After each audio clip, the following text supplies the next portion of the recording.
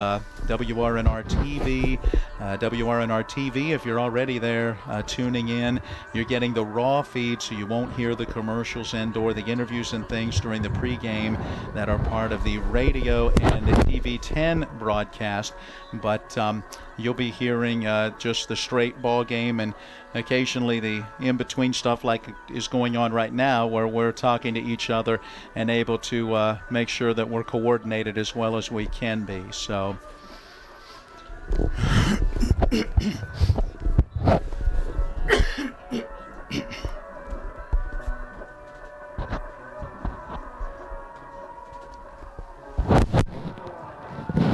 on the way.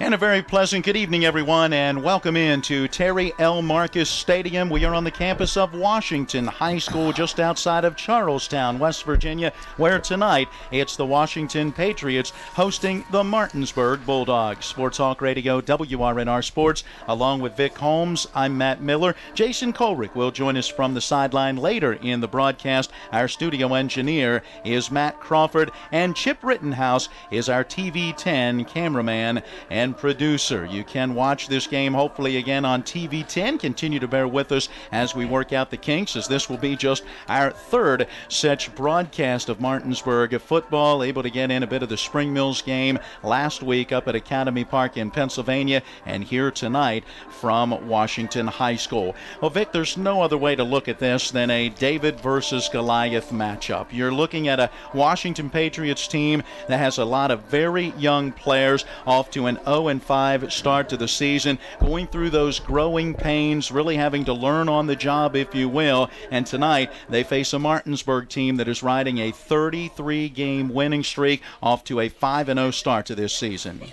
You know, Matt, probably the worst part of this whole situation is the fact that Washington happens to be in the Eastern Panhandle. If they were in other parts of the state, they'd have a fighting chance of winning some ball games, I really believe. But, you know, you're going against the Martinsburg, and, you know, no slack when you're going to face Hedgesville. You got Musselman as well, and Spring Mills is nothing to sneeze about as well. So it's just going to be really tough all year long. And the thing about this situation tonight is it could get ugly as far as score is concerned, and you're going to see you're really going to see a differential between the two teams, and it's a huge gap, and you almost have to feel sorry for Washington, but they're going to give you everything they got. They just don't have enough, period. That's the bottom line.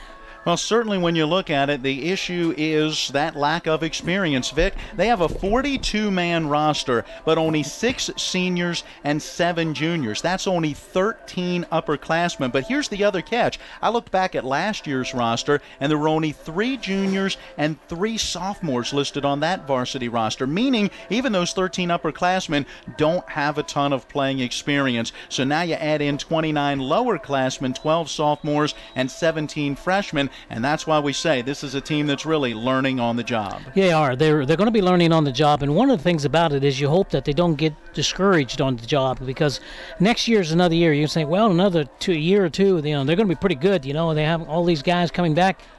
Will they be coming back? So part of that is the fact that, if you come out of here and you go 0-10, 1-9, it's very easy to say, I'm not going to